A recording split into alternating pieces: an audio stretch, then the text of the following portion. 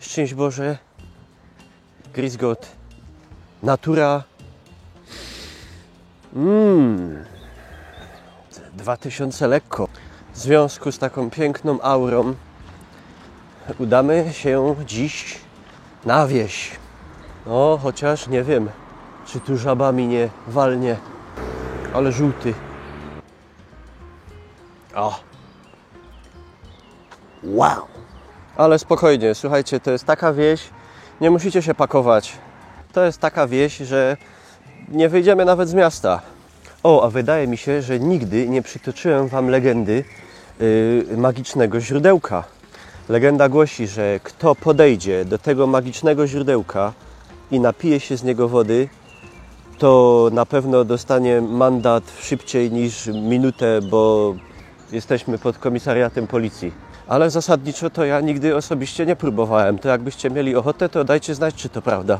Także dziś, kontynuując przygodę w kolejnym materiale we współpracy z lokalną organizacją turystyczną miasta Gwarków, udamy się na Rozbark.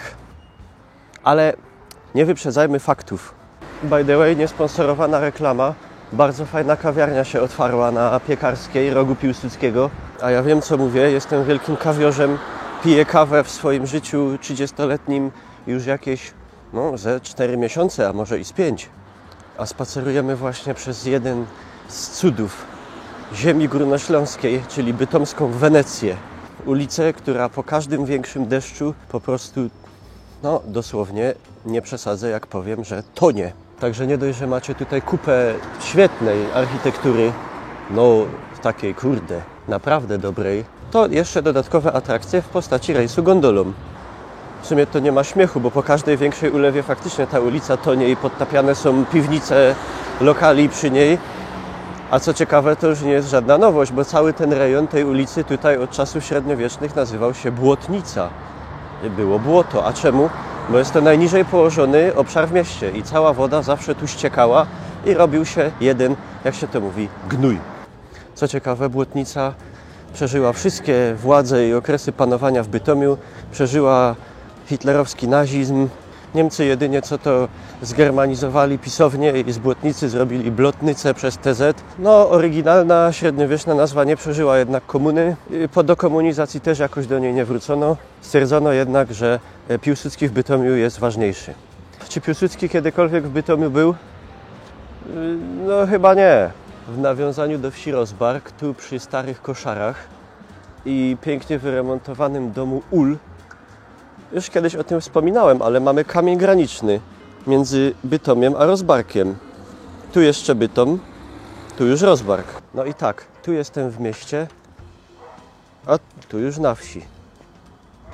Tu w mieście, a tu na wsi. Tu się oddycha. A sam budynek Ulu, jak widzicie, został pięknie wyremontowany i w tym momencie ma tutaj siedzibę Komenda Hufca Bytom Związku Harcerstwa Polskiego. Także idzie powiedzieć, że takie propatriotyczne przeznaczenie tego budynku zostało mu przywrócone. A oprócz tego, że harcerze, to jest tutaj też jeden z fajniejszych bytomskich towarów eksportowych, czyli nasze mozaiki. I na dachu, zwróćcie uwagę, ule. W ogóle ta okolica jest tutaj bardzo urocza i bardzo taka stara, przy tym też bardzo zielona. Macie piękny budynek Ulu, tam dalej macie stare koszary, tu prastary klon, który to być może jeszcze pamięta pewnie dużo. Po drugiej stronie ulicy nowsza część modernistyczna muzeum, piękna zabudowa kamieniczna. Jeszcze zwróćcie uwagę, zachowały się gdzieniegdzie oryginalne, piękne okna. To jest to jest to. A jak mowa o starych budynkach, to nie sposób nie wspomnieć o starym budynku muzeum. To już jest. I by the way, jak popatrzycie sobie wzdłuż tej starej granicy między wsią Rozbark a Bytomiem, to ten budynek był już, nie w Bytomiu, tylko w Rozbarku. I tu, co ciekawe, przed wojną znajdowała się siedziba landratury, czyli starostwa powiatowego. Bo był powiat bytomski, bardzo duży. Ale ze samego naszego Muzeum Górnośląskiego osobny materiał o superowej wystawie ze śląskimi strojami już macie, ale sam gmach jest poważny. Mało tego, że sam budynek muzeum jest wspaniałym reliktem. To jest relikt. Dzieciństwo zaklęte w Klopsztandze, czyli Trzepaku. Uwaga, dzwońcie na pogotowie. O Jezu, moje plecy! Goryl bytomski w naturalnym środowisku. O Jezus, Hilfe. O kurde, dobra, bo w takim trybie sportów ekstremalnych to się ten film szybko skończy, a tu jeszcze jest kilka rzeczy do pokazania. O! I znalazłem przypadkiem kolejną mozaikę ukrytą za muzeum. I jest nawet willa do pszczółek. To miejsce już się w moich filmach wielu przewijało nieraz, ale być w Rozbarku, a nie wspomnieć o Jacku, nie da się. Moim skromnym zdaniem, nadal bez zmian, najpiękniejsza świątynia bytomska i jeden z, chyba najładniejszych kościołów, jakie widziałem. No a tylko pokrótce, jeżeli ktoś nie ogarnia kuwety, nie wie czemu, nie wie skąd się to wzięło, nie łączy kropek, nie kmini bazy. Czemu Święty Jacek? Co do tego ma Święty Jacek? Pierwszy święty Ślązak z kamienia śląskiego. Bo rzekomo właśnie to tutaj gdzieś w tej okolicy Święty Jacek, który to całą Polskę i nie tylko, bo zeszedł piechty pół Europy Środkowej, gdzieś tutaj w tym rejonie głosił kazania. I na pamiątkę tego została tam postawiona kapliczka i potem już na początku XX wieku w jego miejsce postawiony został ten ogromny, piękny kościół Świętego Jacka.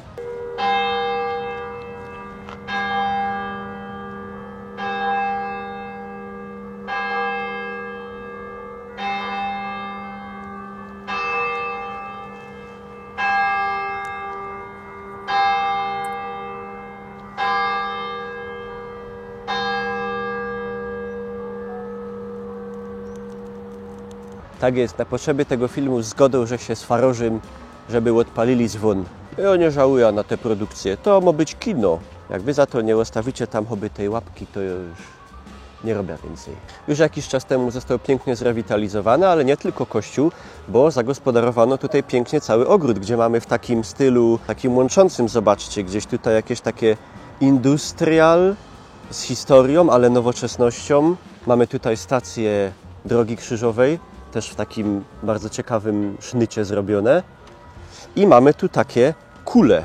I te kule po zmroku się świecą. I tu nie ma przypadków, bo te kule nawiązują do paciorków z różańca Świętego Jacka. Jak głosi legenda, gdzieś tutaj przy prawieniu tych kazań, głoszeniu Ewangelii, Świętemu Jackowi się rozerwał i gdzieś tutaj do pobliskiego strumienia, bo gdzieś tu w tym rejonie można jeszcze na XIX-wiecznych mapach z Bytomia zobaczyć, płynął strumień i był staw Jacka. Powpadały mu do tego strumienia te perełki, te koraliki, no i była taka legenda oczywiście, że gdzieś po tym ta woda z tego strumienia leczy i tak dalej. I na pamiątkę tego wydarzenia tutaj w ogrodzie przed Jackiem mamy takie świecące kule, które nawiązują do tych paciorków tego jackowego różańca.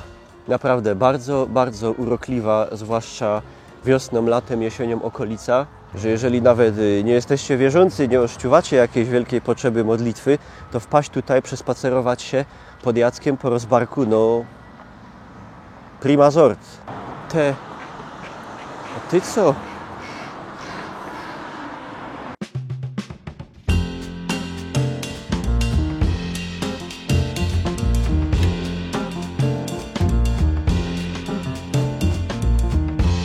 Proszę, kolejne kamienice w Rozbarku odzyskują blask.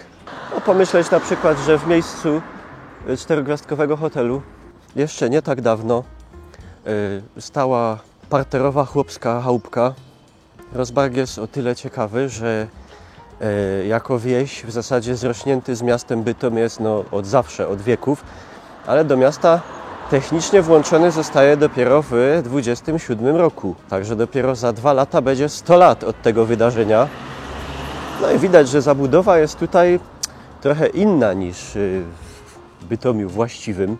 Widzimy tutaj jeszcze jakieś właśnie resztki gospodarstw, ale też widać, jak bogata była ta wieś, no bo nie była taka wieś w rozumieniu polskiej wsi gdzieś tam na ścianie wschodniej. Oczywiście nie ubliżając, tylko gdzie na wsi macie 3-piętrowe ceglane kamienice I jeszcze proszę, jeszcze figurki nawet się zachowały, to już też jest rzadkość. Tutaj też niedawno jeszcze stały gospodarcze zabudowania, a tu myk. I cieszy też na pewno, że coraz więcej tej starej zabudowy Rozbarku jest odnawianej. No tu już widzę, kolejne rusztowania się rozkładają. A tutaj te domy, jak widzicie, są całkiem takie ciekawe. Całkowicie inne też w Rozbarku były, jako ciekawostka, stosunki. Nie no, te były chyba podobne jak wszędzie, ale językowe. W 1910 roku tutaj 834 osoby deklaruje język polski, czyli go po śląsku, bo raczej polszczyzny rodem z Krakowa albo z Warszawy to bym tu nie oczekiwał. A tylko 34 osoby mówi po niemiecku, gdzie w tym czasie w Bytomiu na 60 tysięcy chyba jakoś z hakiem mieszkańców przeszło 40 tysięcy mówi po niemiecku, a tylko 20 z hakiem po naszymu. A teraz jesteśmy na takim rozbarskim rynku, można powiedzieć, bo jeszcze nie tak dawno był tu po prostu plac, na którym Nie wysłowię się. Jeszcze niedawno był tu po prostu plac, na którym parkowały auta i przekształcono go w taki ryneczek właśnie, gdzie można usiąść, pochillować, bombę. Tak, o, tak. Pobujać się na hamaku, o. I foteczkę pod rozbarczanką. A tu gdzieś za tą ostatnią ocaloną kamienicą i przed tymi blokami stał kiedyś rozbarski ratusz. I właśnie relikt z czasów, jak jeszcze była to osobna wieś, a nie część miasta. No niestety komuny i szkód górniczych i PRL-owskich pomysłów architektonicznych nie przetrwał. Ale przetrwało w tej okolicy dużo fajnej zabudowy, jak na przykład, proszę, kamienica od Spyrów, bardzo popularne w tej okolicy nazwisko, bardzo bogatych gospodarzy rozbarskich. Dobra, bo wy się już nudzicie. Zmierzamy do sedna, czyli w kierunku kopalni Rozbark. No nie ma już tam co prawda kopalni, ale obejrzycie. Tu jest ciekawostka też w miejscu, gdzie wisi wielki baner. No nie będę tu robił żadnej agitacji. Tu gdzie wisi baner kandydata na prezydenta został się tylko taki Borstein, czyli krawężnik, po pomniku Dynkmalu rozbarczan poległych w I wojnie światowej. Taki podobny zachował się jeszcze do dzisiaj w Bytomiu w Karbiu, nieopodal kościoła. Na targu na Matejki Koreańczyki sprzedawali galoty i podróby zegarków. Kiedyś kupiłem sobie taki zegarek, jak chodziłem gdzieś do podstawówki chyba, udający Rolexa za jakieś 20 zł i odpadły mu wskazówki. Co poszpanowałem, tam to moje. W ogóle lubię tą ulicę. Fajne takie domy, kamienice, przypuszczam lat 20. Bardzo ładnie odnowione. Przed każdym zieleń, zagródek. Idzie się fajnie pożyć. Dzisiaj w ogóle super pogoda. A tu teraz super żart, tu zawsze jest pogoda. Bo żeśmy na rozbarskiej pogodzie. A z czego nazwa? A już kiedyś opowiadałem. To nie z tego wbrew pozorom, że jakieś tu panują niewiarygodne warunki atmosferyczne, ale mniej więcej w tym miejscu, gdzie dziś jest świat laptopów i obok ten blok, była kamienica z restauracją pana Oskara Pogody. Jesteśmy w takiej części przechodniej tutaj kamienicy, to tak nie wyglądało zawsze, tu normalnie było jakieś pomieszczenie, ale widzę, że zachowała się tutaj częściowo oryginalna posadzka. Patrzcie, jak to kiedyś robili, porządnie. Tego miejsca tutaj nie mogę przeżyć cały czas. Tu stała tak piękna, tak ogromna kamienica, która... nie mam już siły opowiadać historii o tym, jak to się stało, że tu jest od 15 lat... 15? 20 chyba. Wielki, pusty plac. A uwierzcie mi, że kamienica, która tu stała, byłaby chyba najładniejszą w Rozbarku, może jedną z najładniejszych w Bytomiu. Ale niestety zniknęła z krajobrazu miasta, jak wiele pięknych budowli, przez złą wolę ludzi, przez niezbyt dobre gospodarowanie, przez słabe przepisy. No, oby się takie historie już nie powtarzały. I po leku naszym oczom ukazuje się gruba Rozbark. Tu, by the way, też były kamienice, pamiętam za dziecka. Odbudować to. Kopalnia Rozbark działała od 1868 roku do 2004. Oryginalnie Heinitzgrube, kopalnia Heinitz. Bardzo, co najmniej kilku ojców od moich kolegów tutaj robiło na tej grubie. No i sztygarem na tej kopalni w latach jakoś 60., 70. był mój wujek. Niestety nie żyjący już, także żadnych jakichś większych opowieści nie przekażę Wam. To miejsce bardzo się zmieniło, bo z kopalni nieistniejącej, zrujnowanej, po której zostało już w zasadzie niewiele, powstało największe w Polsce centrum sportów wspinaczkowych. Takie nie byle jakie. Właśnie najlepsze jest to, że to miejsce to nie jest tylko sport i nie tylko wspinaczka, że dokładniej niech powie na ten temat ktoś, coś na ten temat wie. Na marginesie dochodzi się tutaj bardzo urokliwą taką, można by mądrze rzec, prawda, promenadą. Cześć, znajdujemy się u nas w Skarpie Bytom, czyli dawnej kopalni Heinitzgrube. Chciałbym Wam trochę opowiedzieć o tym miejscu, jak się to miejsce zmieniło, czego dokonaliśmy i co planujemy. Słowem wstępu myślę, jak to się wszystko zaczęło, czyli w jaki sposób dawne budynki, często już rozpadające się kopalni KWK Rozbark zamieniły się w obiekt sportowy, który gości wiele osób z całego Śląska. Cała historia się tak naprawdę zaczyna tutaj w Bytomiu, na naszej starej skarpie mieszczącej się na Sząbierkach, czyli dawnym centrum wspinaczkowym, które po pewnym czasie już nie dało rady uciągnąć skali naszego klubu i naszych zawodników, więc zaczęliśmy myśleć o powolnym przenoszeniu się w nową lokalizację, a z tego względu, że jesteśmy rodowitymi bytomianami i mieszkamy od urodzenia w tym mieście, zdecydowaliśmy się poszukać czegoś lokalnie. Padło na dawne budynki KWK Rozbark, tak naprawdę z dwóch względów. Pierwszy wzgląd to był oczywiście ten, że jest to idealne miejsce do zbudowania ściany wspinaczkowej i centrum sportowego, oraz drugi oczywisty, żeby uratować dziedzictwo Bytomia, które już niestety powoli się zapadało i był tak naprawdę ku temu ostatni dzwonek, żeby po prostu te piękne budynki uratować. Pragnę Was zaprosić do naszej nowej skarpy, pokazać Wam, jak to się właśnie zmieniło, jak to właśnie wygląda dzisiaj, jak wygląda nowoczesne wspinanie na starych budynkach. Zaraz na wejściu mamy piękną recepcję. Był tutaj kiedyś dawny taśmociąg. Możecie po prostu przyjść tak naprawdę z ulicy z rodziną, no i wejść do nas na ścianę, powspinać się ze znajomymi, z dziećmi, z rodziną. Więc zapraszamy Was do naszego królestwa, czyli jednej z największych ścian wspinaczkowych w Polsce. Jak widzicie, znajdujemy się w budynku dawnej kotłowni, który został całkowicie zaadaptowany na strefę wspinaczkową. Czyli znajdujemy się teraz na ścianie dużej, czyli wspinaczkowej, gdzie możecie wszyscy powspinać się z liną na automatach, na dużych ścianach. Jest to bardzo duża przestrzeń, tak naprawdę dostępna dla każdego. Możecie tu znaleźć zarówno właśnie te strefy takie dla osób początkujących, średnio zaawansowanych, zaawansowanych. Możecie tu przyjść z rodziną, tak jak wcześniej wspominałem, zostaniecie przeszkoleni, ubrani. Operatorzy wytłumaczą Wam, na czym polega wspinanie i wszystkie aspekty bezpieczeństwa z nim związane. Od jakiego roku życia można się wspinać? Wiecie, tak naprawdę nie ma ograniczeń.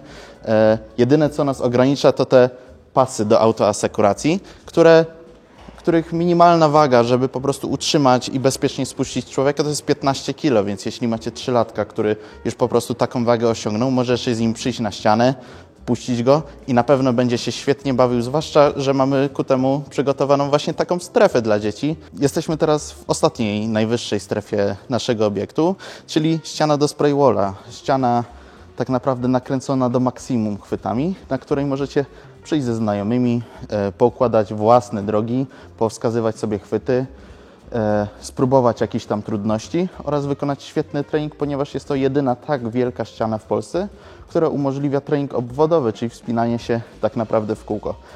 Budując ten obiekt, staraliśmy się zachować jak najwięcej właśnie takich aspektów historycznych, takich, które rzeczywiście przyciągną oko osób, które tu kiedyś pracowały oraz zachwycą osoby, które tu przyszły i będą mniej więcej mogły sobie zwizualizować, jak wyglądały dawne budynki po KWK Rozbark.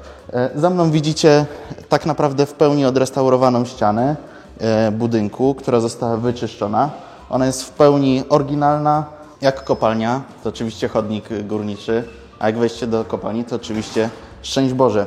Aktualnie znajdujemy się w korytarzu szatni, czyli miejsca, do którego musi wejść każdy na obiekt. Z tego względu również zdecydowaliśmy się, żeby jak najwięcej tej historii, tego miejsca upchnąć po prostu tutaj, w miejscu widocznym dla każdego. Więc jest ono bardzo ikoniczne, jest ono, tak wiadomo, nie odzwierciedla dokładnie chodnika górniczego, natomiast stanowi nawiązanie do dawnej historii tego miejsca i pokazuje, co tu kiedyś było, żeby ten obiekt nie tylko stał się w pełni obiektem wspinaczkowym, natomiast żeby był obiektem wspinaczkowym, który też posiada bardzo bogatą i bardzo ciekawą historię. Wchodzimy tak naprawdę na strefę siłowni, czyli w miejscu, gdzie nie tylko możecie wpaść, poćwiczyć, ale też również możecie pooglądać właśnie dziedzictwo tego cudownego miejsca. Jak widzicie, wszystkie ściany nie zostały przesunięte, są dokładnie w tym samym miejscu. Cegła oraz kafelki, tam gdzie po prostu mogły być zostawione i mogły być w jakiś sposób odrestaurowane, po prostu zostały. Najbardziej właśnie nam zależało, żeby wszystko to, co jest możliwe właśnie do zostawienia, do pokazania, jak to kiedyś wyglądało, odrestaurowane, żeby każdy mógł z Was po prostu zobaczyć, a nawet starsze osoby, które tu przychodzą, żeby mogły sobie właśnie przypomnieć ten charakter tego miejsca i zobaczyć, jak zmieniły się dawne pomieszczenia, w których kiedyś pracowali. Siłownia, część główna, czyli strefa z maszynami, zaadaptowana do starego pomieszczenia. Możecie tu ponownie wpaść, poćwiczyć. Oferta Scarpy jest naprawdę teraz bardzo, bardzo szeroka, bo zarówno możecie przyjść na ścianę, spróbować swoich sił wspinaczkowo, możecie skoczyć do nas na siłownię, możecie skoczyć na saunę. Na zewnątrz też mamy świetne strefy właśnie do takiej codziennej aktywności. Chcecie po prostu przyjść, poruszać się i tak naprawdę poćwiczyć w jednym z niewielu miejsc w Bytomiu, gdzie można to robić na świeżym powietrzu, to również mamy różnorakie strefy zewnętrzne, właśnie począwszy od wszelkich biegów terenowych, poprzez OCR, poprzez parkour, no i oczywiście główną część, czyli tym, czym Scarpa jest najbardziej znana, czyli ściany wspinaczkowe. Jako jedyni w Polsce posiadamy ścianki wspinaczkowe, które są czynne przez sezon letni, gdzie możecie jako alternatywa dla tak naprawdę skałek przyjechać po pracy, powspinać się z przepięknym widokiem na Bytom, z przepiękną panoramą. Cała realizacja zajęła ponad 5 lat, ponieważ sama papierologia, która była potrzebna właśnie, żeby to miejsce uczynić takim, jakim jest, a nie zniszczyć tego po prostu, co posiada, była po prostu bardzo długa. Czym się teraz zajmujemy, jak daleko są prace? Jesteśmy aktualnie przy starym budynku łaźni, który został odbudowany, ponieważ tak naprawdę wydzierżawiliśmy ten teren.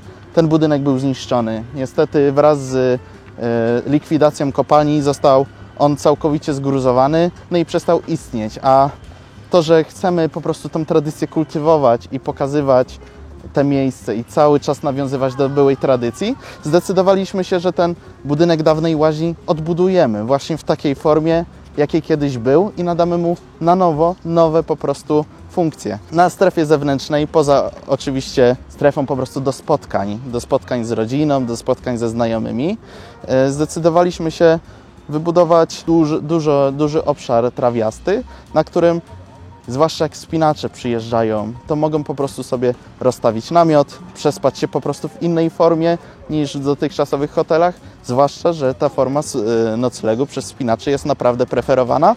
Dodatkowo ta strefa pełni również drugą funkcję, czyli funkcję na wszelkie imprezy społeczne. Mamy już za sobą m.in. Święto Rozbarku. Za mną znajduje się scena, jest ona dopiero w budowie. Będzie tutaj u nas realizowany Dzień Dziecka w Bytomiu, więc znowu zaprosimy wielu z Was do nas. A to wejdziemy, bo tu na razie tak wygląda. Wchodzimy teraz do szynku.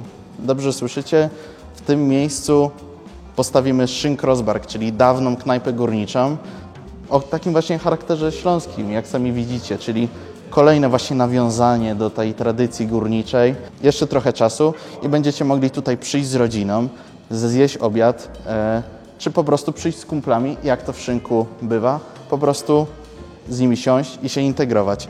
Nasza kolejna strefa, czyli Izba Pamięci, czyli odwzorowanie starego mieszkania rozbarskiego, czyli jak kiedyś mieszkali rozbarczanie, kiedy jeszcze kopalnia była czynna. Jak widzicie, mamy tutaj pełno mebli, pełno eksponatów, które właśnie mają swoje podłoże historyczne. Nie są to meble kupione, odwzorowane, są to dary od mieszkańców, które zostały nam podarowane właśnie w celu pokazania, jak takie miejsca kiedyś wyglądały. Was też zachęcam, żebyście takie dary mogli nam przynieść. Myślę, że nie mam lepszego miejsca, które zrobi z nimi lepszy użytek. Dzięki tym przedmiotom, dzięki tym meblom możemy zapraszać wycieczki dzieci, które po prostu będą przychodziły i oglądały, jak wyglądało po prostu dawne mieszkanie, jak się kiedyś mieszkało. Możecie je przynieść do nas, na Skarpę, czyli do ośrodka szkoleniowo-noclegowego na ulicy Kilara 29A. Jest to dosłownie w sąsiedztwie Skarpy, gdzie recepcja od Was odbierze po prostu te dary, następnie one zostaną przekazane i kierowniczce projektu, która na pewno je świetnie zaaranżuje. Staramy się naprawdę bardzo dużo oddawać i bardzo dużo robić dla społeczeństwa. Prowadzimy wiele projektów społecznych właśnie, które mają na celu aktywizację Was, mieszkańców Bytomia, Rozbarku. Między innymi właśnie poprzez te dni Rozbarku prowadzimy wiele zajęć dla mieszkańców, dla seniorów, dla osób młodych. Właśnie z takich nietuzinkowych rzeczy, na przykład jak właśnie szydełkowanie, haftowanie. Jako seniorzy możecie też przyjść na nieodpłatne zajęcia jogi. Za mną widzicie rozbudowę budynku szkoleniowo-noclegowego. Planujemy przenieść placówkę wsparcia dziennego, która działa u nas od tak naprawdę otwarcia Skarpy właśnie do tego obiektu.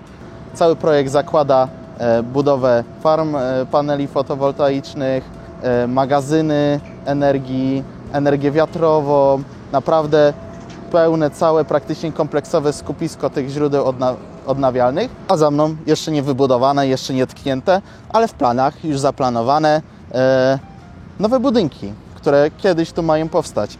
W miejscu właśnie, które widzicie za mną, planujemy zbudować miejsce do mieszkań dla osób wychodzących z domów dziecka, czyli szereg 20 domków parterowych, które będą mieszkaniami treningowymi dla osób, które właśnie wychodzą z domu dziecka, aby nauczyły się prowadzić własne gospodarstwo domowe, nauczyły się dbać i nim zarządzać. Kolejna tak naprawdę, ciężko mi jeszcze powiedzieć, że inwestycja, ale osiedle dla osób starszych, gdzie w jednym miejscu będziemy mieli skupisko po prostu domów, w którym będą mieszkać osoby starsze, potrzebujące pomocy. Planujemy właśnie, żeby na takim osiedlu wyeliminować taki problem wynikający z tego, że ludzie w domach starości są po prostu niezbyt dobrze zaopiekowani. To będzie osiedle, które będzie tworzyło naprawdę dużą społeczność, gdzie każdy mieszkaniec będzie miał tak naprawdę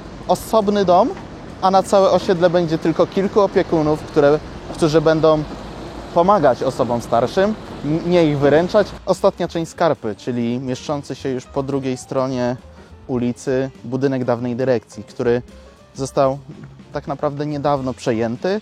No i oczywiście chciałbym Wam powiedzieć o właśnie planach na ten piękny, naprawdę reprezentacyjny budynek. Te pomieszczenia tego budynku zostaną przeznaczone właśnie na siedziby stowarzyszeń, takich jak Miłośnicy Rozbarku. Jeśli ktoś z Was na przykład kocha malować obrazy, jest rozbarczaninem, no to może poprosić nas właśnie o udostępnienie takiego pokoju, żebyście mogli po prostu tutaj takie zajęcia właśnie prowadzić i żebyście zapraszali tu jak najwięcej osób. Ten budynek właśnie co do zasady właśnie ma żyć. Spacery, zajęcia, spotkania, nawet przechodząc do takich prostych rzeczy jak te całe mieszkalnictwo dla osób wychodzących z domu dziecka czy dla osób starszych. Jest to dla nas po prostu ważne, żeby tworzyć tutaj taką społeczność, żeby Rozbark kiedyś świetnie żyjącym, tętnącym życiem odręb Bytomia, żeby on znowu po prostu zaczął żyć. Żeby tutaj znowu zaczęli się pojawiać mieszkańcy, żeby znowu osoby po prostu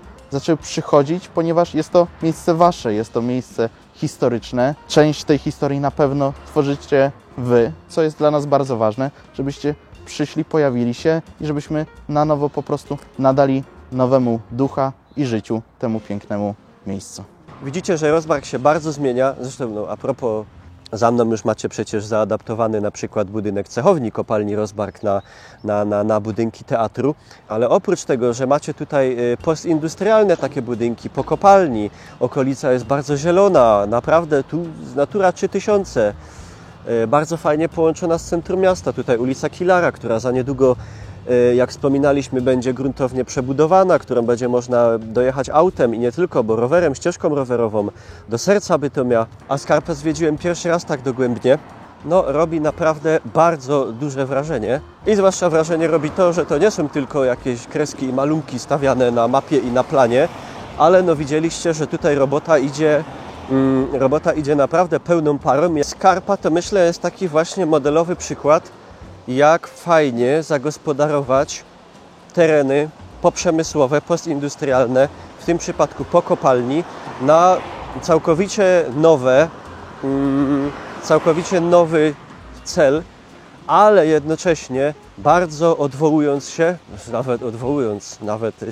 bazując stricte, czerpiąc z całej tej przemysłowej, kopalnianej, w tym przypadku tego dziedzictwa, prawda, górnośląskiego. Jak tak sobie na to popatrzeć z dużej perspektywy, no to Górny Śląsk stał się tak bogaty, tak rozwinięty cywilizacyjnie i przemysłowo i stał się jednym z najbogatszych takich przemysłowych centrów Europy, gdzieś od schyłku XVIII, ale najdynamiczniej gdzieś od XIX wieku początku, dzięki przemysłowi właśnie.